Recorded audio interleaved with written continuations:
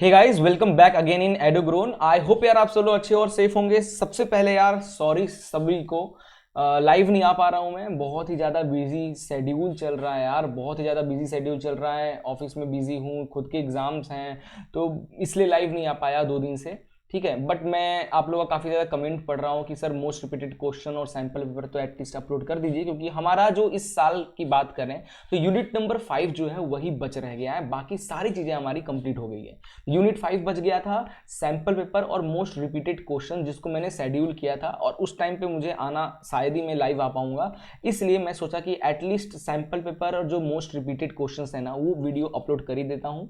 ठीक है, बाकी यूनिट 5 मैं जरूर लेकर आऊंगा, एग्जाम से पहले मैं आपसे मिलूंगा और उसमें अपन इस चीज से रिलेटेड डिस्कस जरूर करेंगे। ठीक है, लाइव आकर डिस्कस करेंगे। तब तक आप सभी लोग ना डाउट इकट्ठा करके रखिए, ठीक है, क्योंकि मेरा अभी लाइव आना बहुत ही ज्यादा मुश्किल है। देखो रात हो गया, बहुत मुश्किल से मैं आपके लिए वीडियो रिकॉर्ड कर रहा हूँ टाइम निकाल कर। ठीक है, तो यार बहुत बहुत इसके लिए सॉरी कि मैं लाइव नहीं आ पा रहा हूँ। ठीक है, तो थोड़ा सा आप समझिएगा, ध्यान रखिएगा, मेरी प्रॉब्लम्स को भी समझिए। बाकी 2024 के हिसाब से 2024 के हिसाब से जो यूनिट 1 है, यूनिट 1 मैं अपलोड कर दिया हूँ। यूनिट 2, यूनिट 3 और यूनिट 4 के वीडियोस और उसके मोस्ट इंपॉर्टेंट क्वेश्चंस वगैरह अपलोड कर दिया हूँ। आप जाकर न्यू प्लेलिस्ट में चेकआउट कर सकते हैं। इसके अलावा यूनिट 5 हमारा जो है वो बच गया है, उसको मैं लाइव में ही कराऊंगा, बट थोड़ा सा डिले हो जाएगा। बट उससे पहले मैं आपको ना वीडियो रिकॉर्डेड के फॉर्म में मोस्ट रिपीटेड क्वेश्चन और सैंपल पेपर आपको प्रोवाइड कर दूंगा, ताकि आपकी तैयारी ना रुके। बाकी यूनिट 5 की जो भी डाउट्स वगैरह होंगे या जो भी डाउट्स वगैरह हैं पूरे बैंकिंग में, एक जगह इकट्ठा करके रखिए। बीच में लाइव आऊंगा, आपको पता चल जाएगा किस दिन लाइव आने वाला हूं, और अपन सारे डाउट्स वगैरह क्लियर कर लेंगे। ठीक है, एग्जाम से पहले, डोंट वरी। बट बाकी सारी चीज़ें आपको मैं वीडियो के फॉर्मेट में प्रोवाइड करा दे रहा हूँ। हाँ, इसके नोट्स, चैप्टर के नोट्स की बात करें तो नोट्स के लिए नीचे लिंक प्रोवाइड कर दिया हूँ। जो मोस्ट इंपॉर्टेंट क्वेश्चन, जो क्वेश्चंस हैं एनसीईआरटी के, मतलब जो पीडीएफ हैं हमारी बैंकिंग की जो बुक है उसके जो आंसर्स हैं उसकी भी नीचे पीडीएफ लिंक में प्रोवाइड कर दिया हूँ। और मोस्ट रिपीटेड क्वेश्चन जो है ना, मतलब ये इंपॉर्टेंट क्वेश्चन, इसको भी मैंने अपनी वेबसाइट पे अपलोड कर दिया है, तो आप ये भी देख सकते हैं। मोस्ट इंपॉर्टेंट क्वेश्चंस वाले टॉपिक में जाकर आप देख सकते हो क्लास 10th के। ठीक है, चलिए, तो आज हम लोग ज़्यादा डिस्कशन नहीं करेंगे, ज़्यादा क्वेश्चंस पे डिस्कस नहीं करेंगे। हमारा आज का जो मेन मोटिव है वो है कि भाई आपको ये 20 के 20 क्वेश्चन जो हैं, जो मोस्ट रिपीटेड हो रहे हैं 2019 में, 20 में, 21 में, 22 में और 23 में, ये पिछले कुछ 4-5 साल में जो भी क्वेश्चंस रिपीटेड है ना, वो मैं आपके सामने लेकर आ रहा हूँ। ऐसा नहीं कह रहा हूँ कि यही क्वेश्चंस आपके इस साल भी आएंगे, बट काफ़ी रिपीटेड है, तो कहीं ना कहीं आपको बहुत ज़्यादा हेल्प हो जाएगी इन क्वेश्चंस से। तो इन क्वेश्चंस को याद करके ही एग्जाम देने जाना है, और न्यू सैंपल पेपर भी आप लोग को लगा के जाना है, और जो चैप्टर समझाया हूं वो तो करना ही करना। इतना करके चले जाओगे ना तो बहुत ही बेहतरीन आप लोग का नंबर आ जाएगा। ठीक है, तो चलिए डिले नहीं करते हैं, स्टार्ट करते हैं। बट उससे पहले यार एक छोटी सी रिक्वेस्ट है, आप लोग लाइक और सब्सक्राइब नहीं करते हो यार चैनल को, बस वीडियो देख लेते हो और चले जाते हो। मैं आपके लिए इतना कर रहा हूँ तो आपके लिए, मेरे लिए इतना तो बनता है कि भाई सब्सक्राइब कर दो चैनल को, और वीडियो पसंद आए तो लाइक कर देना और शेयर कर दो अपने ग्रुप्स वगैरह में, ताकि आपके दोस्त वगैरह भी इसका फायदा उठा पाए और पढ़ाई कर पाए, एग्जाम की तैयारी कर पाए। ठीक है, चलिए शुरू करते हैं। तो मोस्ट रिपीटेड क्वेश्चन में क्वेश्चन नंबर 1 आ रहा है कि explain various type of marine insurance. जो मैरीन इंश्योरेंस है, यानी बोट वगैरह जब किसी एक पोर्ट से दूसरी पोर्ट पे जाती हैं तो कितना बड़ा बड़ा ओशियन, कितने किलोमीटर माइल तय करके जाती है। इस बीच में बोट के साथ कुछ भी हो सकता है, बोट डूब सकता है, तूफान आ सकता है नदी में तूफान, टॉर्नेडो वगैरह, तो भाई कुछ भी हो सकता है। ठीक है, तो इस केस में लोग इंश्योरेंस कराते हैं, क्योंकि उसके ऊपर कार्गोस भी रखे होते हैं, यानी सामान वगैरह भी रखे होते हैं, सबका डैमेज हो जाएगा, कितना महंगा होता है, तो लोग इसमें मैरीन इंश्योरेंस की सुविधा लेते हैं। ठीक है, जैसे हुल इंश्योरेंस में क्या होता है, जो आपके जो डैमेज, अगर आपके शिप, आपका टैंकर या जो भी बल्क कैरियर वगैरह है, स्मॉलर वेसल्स वगैरह रखा हुआ है, उन सबकी इंश्योरेंस होती है। अगर कुछ डैमेज होता है तो आपको कंपनी पैसा क्लेम कर देगी। दूसरा होता है कार्गो इंश्योरेंस, जिसमें शिप का नहीं बल्कि सिर्फ और सिर्फ जो सामान उसके ऊपर रखा है, जो जो जा रहा है, उसकी इंश्योरेंस कराया जाता है। अगर किसी दौरान चोरी हो जाए, डूब जाए, एक्सीडेंट हो जाए आपके शिप का, तो इसका पैसा क्लेम हो जाएगा। फ्राइट इंश्योरेंस में क्या होता है, फ्राइट में कि रेंट एंड और amount paid for the transportation of cargo, this insurance provide protection against the loss of freight. आप जो भी सामान भेज रहे हो, है ना, अगर पॉइंट ए से निकला है, पॉइंट बी पे सही टाइम पे नहीं पहुंचता है या डिले कर रहा है, तो उसमें आपका इंश्योरेंस रहता है, आपको फ्राइट का पैसा मिलता है। ठीक है, इसके अलावा लाइबिलिटी इंश्योरेंस भी होता है। इसमें आपका क्या आता है भाई, आपको फुल लाइबिलिटी है कि आप चाहो, आपका क्योंकि इंपोर्ट कर रहे हो ना, एक्सपोर्ट कर रहे हो, आपका मेन सामान है यार, आपको लायबल मिलना चाहिए कि अगर इतने टाइम पे पहुंचा तो ही हम ठीक इंश्योरेंस पैसा कुछ इस नहीं पहुंचा तो क्लेम कर पाएंगे, नहीं कर पाएंगे, तो ये सारी चीजें। बाकी यूनिट नंबर 5 में ना इसके बारे में मैंने डिटेल में डिस्कस किया है मैरीन इंश्योरेंस में। फिलहाल यूनिट 5 जो है पिछले साल के वीडियो में जाकर देख लेना, मैंने बहुत अच्छे से ये सारे इंश्योरेंस के बारे में कवर किया है। आप आराम से देखोगे, डिटेल में समझोगे, समझ में आ जाएगा। अभी मेरा मेन मोटिव है कि आपको क्वेश्चंस और उसके थोड़े बहुत आइडियाज दे दूं कि ऐसे क्वेश्चंस जो है बहुत बार रिपीट हो रहे हैं, ठीक है। तो यहाँ पे ज्यादा एक्सप्लेनेशन मैं प्रोवाइड नहीं कर पाऊंगा, ठीक है। क्वेश्चन नंबर 2 है जो बेटा बहुत ही ज्यादा रिपीटेड है, प्रोमिजरी नोट क्या होता है और बिल ऑफ एक्सचेंज से कैसे डिफरेंट है। तो प्रोमिजरी नोट क्या होता है भाई, एक इंस्ट्रूमेंट होता है ना, स्टैम्प पेपर पे एक इंस्ट्रूमेंट होता है जिसमें हम प्रॉमिस करते हैं सामने वाले को कि भाई तू मुझे अभी सामान दे दे, ठीक है, जैसे मैं इसको बेचूंगा अपना जो भी करके उससे पैसा मिलेगा तो तेरे को दे दूंगा। प्रॉमिस करते हैं हम सामने वाले को कि भाई तेरे को 2 या 3 या 4 दिन अगले महीने पैसा दे देंगे, यही होता है प्रोमिजरी नोट, ठीक है। बिल ऑफ एक्सचेंज से कैसे डिफरेंट है, तो भाई बिल ऑफ एक्सचेंज ये रहा, प्रोमिजरी नोट्स ये रहा, इसके सारे पॉइंट्स यहाँ पे लिखे हुए हैं और यूनिट नंबर 1 में इसका आपको एग्जैक्ट जो है एक्सप्लेनेशन मिल जाएगा, आप जाकर एक बार वहां पे देख लेना, ठीक है। चलते हैं आगे यूनिट नंबर 3 में। ये क्वेश्चंस भी रिपीट हुए हैं पिछले 2 साल में और सैंपल पेपर में भी इस साल के हैं। तो कह रहा है yes open new account open करा रहा है एसबीआई बैंक में। यस जो है एक नया अकाउंट ओपन करा रहा है and also goat the form field for getting his internet facility के लिए भी वो फॉर्म भर रहा है। दो बैंक ऑफिशियल हैं जो उसका खाता खोल रहा है, बैंक मैनेजर की बात करें, जो भी बैंक के कर्मचारी हैं, तो वो उनको अवेयर कर रहे हैं कि सर आप इंटरनेट बैंकिंग ओपन तो करा रहे हो बट इसके रिस्क जो है ना बहुत सारे हैं, तो इसके बारे में आप जानते हो क्या। तो भैया आप बताइए, हेल्प कीजिए यस का उसके सारे रिस्क जानने में, तो आपको पता ही है। तो insurance number increasing number of fraudulent websites बहुत सारे हैं जिसपे आप पेमेंट तो कर देते हो, पैसा तो चला जाता है, सामान नहीं आता है, तो इस चीज़ का ध्यान रखना, ये भी फ्रॉड हो सकता है। फेक ईमेल्स होते हैं जो बैंक द्वारा आते हैं, आपने ईमेल पे क्लिक किया अकाउंट खाली। Attach and online banking steel login data है ना, आपके ऑनलाइन एक अटैचमेंट भेज देंगे, उसको आपने ओपन किया कि आपके अकाउंट आपके लॉगिन डाटा वगैरह सब कुछ transfer.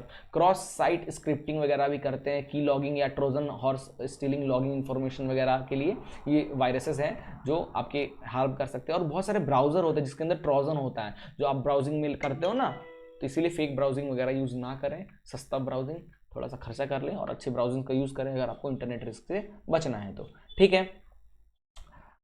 Just wait guys, just wait.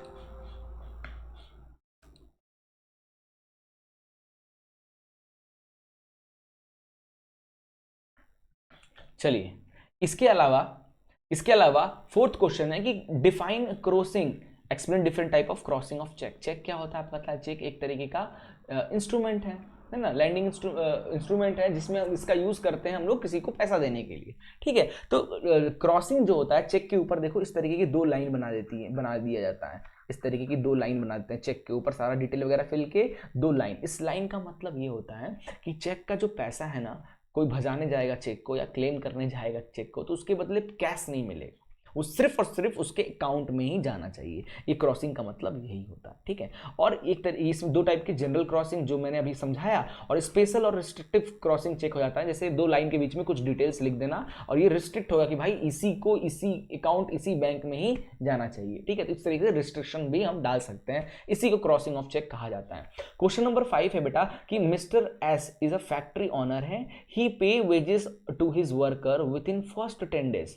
हर महीने के 10 तारीख को ये जो मिस्टर एस है अपने एम्प्लॉयज को पैसा देते हैं, लेकिन इनके कंपनी के पास पैसा कब आता है, 20 तारीख को। देख लेगा ना, himself receive payment of the business only after 20 दिन बाद पैसा इनके पास आता है।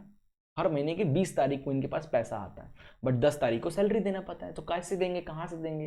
तो कह रहा है कि ही इज फेसिंग डिफिकल्ट होता है इनको अपने वेजेस को पे करने के लिए। तो अगर if he opens a new loan account, अगर ये ओपन करें तो then which type of loan facility इनको मिलेगा, और state any 1 features of same will, इसके एक फीचर्स बताइए। तो loan gives to meet the working capital, ये जो लोन ले रहे हैं ये वर्किंग कैपिटल जैसे आएगा ना, हर महीने जो लोग हर दिन या हर महीने खर्चा करते हैं कंपनीज वगैरह, इसको वर्किंग कैपिटल कहा जाता है। तो ये किस में आ जाएगा, हमारा कोलेट्रल सिक्योरिटी की तरह पे, भाई हमारी कंपनी है उसके कोलेट्रल सिक्योरिटी के नाम पे interest is charge only on the utilised amount, ठीक है। ये क्या करते हैं, हमारा जो कैश क्रेडिट अकाउंट सिस्टम लेते हैं, क्रेडिट कार्ड ले लेते हैं, या कैश क्रेडिट्स जो लोन है वो ले लेते हैं। इसमें क्या होता है, इनको 10 लाख या 20 लाख रुपए का इनको कैश में क्रेडिट हो जाती है इनके अकाउंट में। अब इनको सैलरी देना है 5 लाख का, तो इन्होंने 5 लाख का इसमें से यूज कर लिया, तो जो लोन का जो इंटरेस्ट है ना वो इसी 5 लाख पे आएगा, ना कि इस 20 लाख पे आएगा। तो 5 लाख, और जब पैसा इनके पास आएगा तो ये रिटर्न कर देंगे। तो यही है हमारा मिस्टर इस वाली कहानी। क्वेश्चन नंबर 6 पे चलते हैं। कह रहा है कि what is the concept of demand draft. Demand draft क्या होता है और चेक से डिफरेंट कैसे होता है। तो डिमांड ड्राफ्ट एक तरीके का चेक ही होता है, ऑर्डर करता है डायरेक्ट ब्रांच को, directing from one branch to another. यहाँ पे पर्सन टू पर्सन कनेक्टिविटी नहीं, पर्सन। चेक में क्या होता है, चेक में एक ड्रॉवर होता है जो चेक बनाता है, ठीक है, ड्रॉवर हो गया। एक हो गया ड्रॉई जो उस चेक को प्रोसेसिंग करता है, और एक होता है पेई जिसको पैसा मिलता है। यहाँ पे क्या होता है, यहाँ पे डीडी जो बनाता है वो कौन है, मैनेजर। ये डीडी बनाएगा, ठीक है, मैनेजर। और डीडी किसको जाएगा, जिस भी पर्सन को जाएगा, और वही तो पेई कहलाएगा, या वही पे ही होगा। तो यहाँ पे ये अंतर होता है दोनों में। अब देखो, अब एक और चीज समझो, चेक में क्या होता है कि मेरे अकाउंट में पैसा है, मैंने चेक काट कर 10,000 का किसी को दिया, और जब वो 10,000 का उसको भजाने गया, क्लेम करने गया, और उस टाइम पे मेरे अकाउंट में अगर पैसा नहीं था तो चेक बाउंस हो जाएगा। मेरे ऊपर लीगल केस भी कर सकता है वो कि भाई मेरा मानहानि कर दिया, हम इतना मेहनत करके गए और पैसे ही नहीं तुम्हारे अकाउंट में, चेक बाउंस हो गया, तो केस हो सकता है। लेकिन डीडी में ऐसा नहीं होता। डीडी में जब डीडी बनवाते हैं तो पहले ही हमको बैंक को पैसा देना पड़ता है। 10,000 का डीडी बनाना है तो 10,000 रुपये हम पहले ही पे करना पड़ता है, तब हमें डीडी मिलता है। अब वो डीडी किसी को दे दो, 10 दिन बाद यूज करो, 5 दिन बाद यूज करो, अकाउंट से लेना देना ही नहीं, वो तो मैनेजर को दी है ना, बैंक से डायरेक्ट पैसा जाएगा। तो ये दोनों में, इसलिए DD is more better than cheque, ठीक है।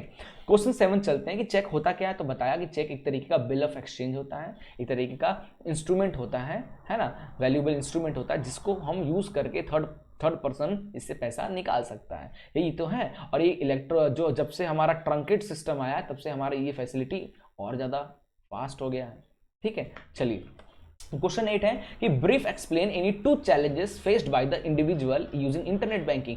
कि एक इंडिविजुअल इंटरनेट बैंकिंग जब यूज करेगा तो क्या क्या चैलेंजेस फेस करना पड़ सकता है उसको। तो भाई सिक्योरिटी लर्निंग डिफिकल्टीज हो सकती है उसको, स्किल बहुत चाहिए, तो सब बिना स्किल वाले लोग यूज ही नहीं कर सकते इंटरनेट बैंकिंग। टेक्निकल ब्रेकडाउन भी हो जाता है, कभी कभी पैसा अटक जाना या कभी सर्वर डाउन हो जाना, लॉन्ग स्टार्टअप टाइम लेता है, और बहुत ज़्यादा स्कैम वगैरह भी होता है, तो इस चीज़ का ध्यान रखिएगा। चलिए चलते हैं अगले क्वेश्चन में। क्वेश्चन नंबर 9 है कि what is need of bank locker की जरूरत क्या है। भाई बैंक लॉकर की जरूरत इसलिए ताकि मैं अपने जो वैल्यूएबल प्रोडक्ट है उसको सिक्योर कर पाऊं, बिना डर के मैं रात की नींद अच्छी ले पाऊं। घर में जब हम लोग वैल्यूएबल थिंग्स को रखते हैं तो बड़ा डर लगता है, कहीं चोरी हो गया, कहीं कुछ हो गया, कहीं हम गए मार्केट कोई चोर आ गया। तो सबसे सेफर प्लेस क्या है, बैंक। 24 घंटा गार्ड और पुलिस होते हैं। इस केस में लोग चाहते हैं कि बैंक में एक लॉकर खोल लें और उसमें अपने वैल्यूएबल प्रोडक्ट जैसे ज्वेलरी वगैरह ये सब चीजें रखें, ठीक है। यही तो होता है बैंक लोग, और यही इसकी जरूरत होती है कि बैंक लॉकर फैसिलिटी प्रोवाइड करता है to keep personal valuable like will, property, paper and jewellery वगैरह जो है इनको सिक्योर करके रखे रहे विथ फुल, क्या बोल रहे उसके साथ। नेक्स्ट है क्वेश्चन नंबर 10 कि brief explain the risk covered under general insurance. General insurance में कौन कौन सा रिस्क कवर किया जाता है। भाई फायर इंश्योरेंस, थेफ्ट इंश्योरेंस, यही सब आएंगे ना जनरल इंश्योरेंस में। घर में आग लग गया तो हमने पहले से इंश्योरेंस करा रखा था, तो भाई पैसा मिल जाएगा। चोरी हो गया तो पैसा मिल जाएगा। एक्सीडेंट अगर हो गया उसमें भी पैसा मिल जाएगा। इलनेस, हेल्थ खराब हो गया तो उसका इलाज वगैरह ना। Legal liabilities arising claim made by the third party, तो ये कुछ हमारे जो है रिस्क कवर है जो कि जनरल इंश्योरेंस में हमें मिलता है, ठीक है। क्वेश्चन नंबर 11 पे चलते हैं। कह रहा है कि what is the concept of demand draft, क्या होता है। अभी हमने डिस्कस किया था, और क्यों ये चेक से बेहतरीन है अभी जस्ट डिस्कस किया था, वही क्वेश्चन है। आप इसको सेम टू सेम यूज कर सकते हो, काफी बार रिपीट हुआ है इसलिए यहां भी 2 बार रिपीट हो गया, ठीक है। चलिए आगे चलते हैं। Question number 12, explain any 4 advantages of life insurance. Life insurance के कोई 4 एडवांटेजेस के बारे में बताइए। भाई रिस्क कवर देता है ना, life planning, life stage needs को प्लान करने में हेल्प करता है, सेविंग की हैबिट डालता है आपको, और एक तरीके का सेफ्टी होता है। इन्वेस्टमेंट सबसे बेहतरीन इन्वेस्टमेंट है जो कि फुल सिक्योरिटी के साथ है। इसमें इसलिए लोग पैसा भी लगाते हैं क्योंकि पैसा वापस आ ही जाएगा, लोगों को पता ही है समय के साथ, ठीक है। लॉस होने का कोई खतरा नहीं रहता है। क्वेश्चन 13 पे चलते हैं कि list any 2 types of general insurance policy. तो कौन कौन सी जनरल इंश्योरेंस पॉलिसी होते हैं? Fire insurance, marine insurance, motor vehicle insurance, health insurance, personal accident insurance और बल्गरी और थेफ्ट इंश्योरेंस। कोई भी दो ही आपको यहाँ पे लिखना है, ठीक है। क्वेश्चन नंबर 14 पे चलते हैं। क्वेश्चन नंबर 14 कह रहा है कि mention 3 features of annuity policy. Annuity यानी बेटा पेंशन, पेंशन योजना भी, पेंशन पॉलिसी भी कहा जाता है इसको, पेंशन पॉलिसीज भी कहा जाता है। पेंशन पॉलिसी क्या हो जाएगा, याद करो, एन्युटी पढ़ाया था मैंने चैप्टर यूनिट नंबर 4 में, यूनिट नंबर 4 में अभी आपको पढ़ाया था। यूनिट 4 था कि 3 था यार, भूल रहा हूं मैं, देख लेना। इसमें क्या होता है, जो प्राइवेट कंपनी में जो लोग काम करते हैं उनको कौन सा रिटायरमेंट के बाद उनको पेंशन मिलने वाला, और भाई कमा रहे जब तक तभी तक ठीक है, रिटायरमेंट हो गया उसके बाद सरकारी नौकरी थोड़ी जो हर महीने पैसा पेंशन के नाम पे हमको हर महीने पैसा मिलता रहेगा, कोई सिक्योर नहीं होगा कोई। अब क्या होगा, रिटायरमेंट के बाद मैं पूरा का पूरा किस पे निर्भर हो जाऊंगा, अपने बेटा या बेटी पे। भग लिए तो वो फिर खाली अकाउंट, फिर तो भीख मांगना पड़ जाएगा। इस केस में बहुत लोग एन्युटी या पेंशन पॉलिसी ले लेते हैं। इसमें क्या होता है, हर महीने आपको कुछ ना कुछ अमाउंट भरना पड़ता है आपके रिटायरमेंट एज तक, और रिटायरमेंट होने के बाद वो पूरा पैसा आपको मिलता है एक बार में, लेकिन नहीं मिलता है, टुकड़ों में मिलता है या मंथली मिलता है, ताकि आप पूरा पैसा खर्च ना कर रहे हो। कब तक मिलता है, जब तक आप मर नहीं जाते हो। तो एक पैसा तो है भाई, कोई सब छोड़ के चले गए तो भी बैंक हमको हर महीने 5,000 डाल ही रहा है, 10,000 डाल ही रहा है, जो भी आपका सम एश्योर्ड वैल्यू होगा उससे रिलेटेड आपकी सर्वाइव कर लोगे, किसी की जरूरत नहीं है, मिल रहा है पैसा, ठीक है। तो यही सारी चीजें यहाँ पे लिखा हुआ है, आप आराम से इसको पढ़ सकते हो और समझ सकते हो। बाकी यूनिट 3-4 में चले जाना, इसका एक्सप्लेनेशन चाहिए डिटेल में तो, ठीक है। क्वेश्चन 15 चलते हैं कि who all the avail bank locker facility, कौन बैंक लॉकर फैसिलिटी को अवेल कर सकता है, तो सब लोग कर सकते हैं। ध्यान रखो बैंक लॉकर के लिए तो भाई सेलेक्टेड ब्रांच, आपको सारे बैंक ब्रांच में ये सुविधाएं मिलेंगी, कुछ सेलेक्टेड ब्रांच में ही मिलती है सुविधा। और ध्यान रखना आपको कि उस बैंक में आपका अकाउंट होना चाहिए जिस बैंक में आपको लॉकर खुलवाना है, ये कंपलसरी है। इसके अलावा locker can be allotted both individually और ज्वाइंटली, आप खुद पर्सनली या अपने फैमिली का कोई भी मेंबर यूज करे तो ज्वाइंटली ओपन करवा लो। Locker are allotted on first come first serve, company बोल देती है, कंपनी मतलब बैंक कह देती है कि भाई लिमिटेड, हमारे पास ज्यादा लॉकर नहीं है, लिमिटेड है, जो पहले आएगा उसको हम दे देंगे। At the time of hiring the locker bank will obtain a minimum security amount, security deposit acknowledgement issued by the bank on the fixed deposit to be kept in a security deposit, ठीक है। तो ये सब एक ही चीज की कह रहा है, सिक्योरिटी डिपॉजिट से रिलेटेड। जब भी बैंक लॉकर खोलता है तो पहले ही आपसे एडवांस में कुछ पैसा ले लिया जाता है, ताकि आपका वो पैसे के साथ करते क्या है, आप लॉकर के साथ कुछ एक्स्ट्रा चाबी घुमा दिए तो उसका चार्ज कट जाएगा, है ना। और हर महीने लॉकर का रेंट देना पड़ता है, फ्री में नहीं खुलता है, तो रेंट है आपके, जो एडवांस पैसा लेता है ना उसी में से काटता रहता है। बार बार आपको थोड़ी ना हर महीने बुला के आपके अकाउंट से तो कोई काट नहीं सकता बिना पूछे आपसे, इसलिए। क्वेश्चन नंबर 16 है कि why do bank insist the financial collateral while assigning locker. जब भी बैंक लॉकर असाइन करता है किसी को तो क्यों पहले कोलेट्रल पैसे गिरवी करा कर, पैसे को जो है गिरवी के तौर पर रख लेता है। कोलेट्रल मतलब गिरवी रखना, एक्स्ट्रा एडवांस पैसा क्यों ले लेता है, ताकि कह रहा है bank gives a locker only their existing account holder होना चाहिए, those who agree to open account और make a fixed deposit which can cover rental of the 3 year and charge of for banking operation of locker in case of eventuality, ठीक है। तो भाई extra इससे रखा लेते हैं कि मान लो आप कहीं चले गए, कहीं गायब हो गए 1-2 साल के लिए, तो फिर लॉकर तो कोई और यूज ही नहीं कर सकता इस केस में, ठीक है, तो उसी पैसे में से आपका यूज होता रहेगा, इसलिए एक्स्ट्रा पैसा लिया जाता है। क्वेश्चन 17 में चलते हैं कि what are the essential features of assignment. Assignment याद है, पर्सन ए अगर कोई इंश्योरेंस को नहीं ज्यादा आगे तक चला पा रहा है तो चाहे तो किसी बी को असाइन कर सकता है, ले भाई मेरा इंश्योरेंस में पे नहीं कर पा रहा हूँ, पैसे नहीं है, अब से तू ही संभालना इस इंश्योरेंस के, तू ही हर महीने पे कर। तो अब जो इंटरेस्ट के साथ जो सम एश्योर्ड मिलेगा ना, वो बी के साथ साथ ए भी उस पैसे को अवेल कर सकता है, जिसका हिस्से में जो होगा, यही होता है। और इसके फीचर्स क्या है कि assigning the policy must have absolute right होता है, इंटरेस्ट होता है, interest vesting in him in respect of the policy, इसका जो भी पैसा वगैरह सब कुछ मिलेगा। Assigner must be major and component to enter into contract, दोनों कॉन्ट्रैक्ट में के कॉन्ट्रैक्ट बनाते, दोनों को सहमति होते तब जाकर असाइन करने का ऑफर मिलता है। And assigner must not be subject any legal disqualification, इसको नहीं हो सकता, एक बार असाइन कर दिया गया तो भैया असाइन कर दिया गया, ठीक है। और LIC जैसे कंपनी से अगर आप लाइफ इंश्योरेंस लेते हो उसको असाइन करना हो तो 5 साल बाद ही कर पाएंगे, पहले नहीं कर पाएंगे, ठीक है। क्वेश्चन नंबर 18 है कि नॉमिनेशन क्या होता है। नॉमिनेशन मतलब बेटा वही कि लाइफ इंश्योरेंस में अगर मैं मर गया तो मेरा पैसा किसको मिलेगा, तो नॉमिनी का नाम डालना पड़ेगा ना जिसको पैसा मिले, तो वही तो है हमारा नॉमिनेशन, ठीक है। What do you understand by assignment, अभी डिस्कस किया था, सेम चीज है, ये क्वेश्चन रिपीटेड है, यहाँ भी रिपीटेड है, मतलब इंपॉर्टेंट है, ठीक। चलिए क्वेश्चन नंबर 20 पे चलते हैं, लास्ट क्वेश्चन है, state any 2 features of money back policy. Money back policy क्या होता है भाई, तो money back policy provide periodic payment और partial survival benefit during the term of policy as long as the policy the holder is alive, ठीक है। क्या होता है कि ये किस तरीके का मनी बैक पॉलिसी होती है कि भाई हमने ले लिया 10-20 साल के लिए, है ना, और हर महीने कुछ ना कुछ हम पैसा पे कर रहे हैं। अब इसमें क्या होता है, आपको पता है कि जब ये पीरियड, बहुत सारे इंश्योरेंस जब पीरियड कंप्लीट हो जाता है ना, तब आपको कुछ पैसा मिलता है, या अगर आप मरते उससे पहले तब पैसा मिलेगा, नहीं मरे तो पैसा कंपनी रख लेगा। लेकिन मनी बैक पॉलिसी में क्या होता है, 20 साल के लिए आपने कराया है तो हर 5 साल पे कुछ ना कुछ वो पैसा आपके जो भी पैसा आपने इकट्ठा किया है उसमें से कुछ ना कुछ आपको दे दें ताकि आप सर्वाइव कर पाओ उस पैसे से, ठीक है। इसलिए तो इस तरीके से पीरियोडिकली या आपको पैसा मिलता रहता है, तो थोड़ा सा लगता है कि हाँ भाई चल पैसा आ तो रहा है, एज अ बोनस के तौर पर, ठीक है। In the event of death at any time with in the policy term the death claim comprise full sum assured, ठीक है। अब मान लीजिए आपने 10 लाख का करा रखा था, है ना, तो आपको कितने 20 साल के लिए, 20 साल के लिए तो आपने 10 साल में हर 5 साल में मिलता है, तो मान लो फर्स्ट 5 साल में 30,000 रुपये मिल गया, सेकंड अगले 5 साल में आपको फिर से 30,000 मिल गया, 60,000, तो इसमें 60,000 माइनस करोगे। अगर उस 20 साल से पहले अगर आप मर जाते हो, पैसे के साथ साथ लाइफ का भी फायदा देता है, 20 साल से पहले मर जाओगे तो ये पैसा आपसे माइनस नहीं होगा, है ना, जो है 10 का लाख 10 का 10 लाख आपको मिलेगा, ठीक है। Bonus is calculated on the full sum assured में जो है कितना बोनस दिया जाएगा वो आपके क्या पैसा है उस पर डिपेंड करता है। Endowment policy with liquidity benefit वगैरह भी आपको मिलता है, आप चाहो तो इस पर लोन वगैरह भी ले सकते हो, ये सब आपके लिक्विडिटी में मिलेगा, ठीक है। चलिए, इसके अलावा देखो ये क्वेश्चन ज्यादा रिपीटेड तो नहीं है, बट मैंने इसलिए डाला है क्योंकि 1-2 बार ये क्वेश्चन पूछे गए हैं, इसलिए कि भाई पढ़ लेना, ठीक है। तो व्हाट इज बर्गलरी क्या होता है, वही चोरी थेफ्ट वगैरह। स्कीमिंग क्या होता है, इंटरनेट फ्रॉड इन वगैरह, ठीक है। हेल्थ इंश्योरेंस क्या होता है, तो भाई हेल्थ इंश्योरेंस होता है, ठीक है। वो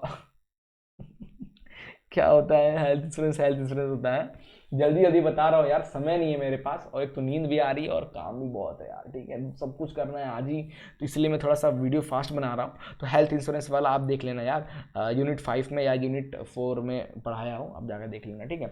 चाइल्ड पॉलिसी क्या होता है, भाई बच्चे के एजुकेशन शादी के लिए हम इंश्योरेंस कराते हैं, जब उनका 18-21 साल होता है तो वो अच्छा खासा पैसा हमें मिल जाएगा, जिससे हम एजुकेशन की फीस दे देते हैं या शादी वगैरह जो भी कराना हो जाता है, ठीक है। फैमिली फ्लोटर हेल्थ क्या होता है, फैमिली को सबको इंक्लूड कर देना, पापा मम्मी दादा दादी सबको इंक्लूड कर दो, यही है फैमिली फ्लोटर इंश्योरेंस, ठीक है।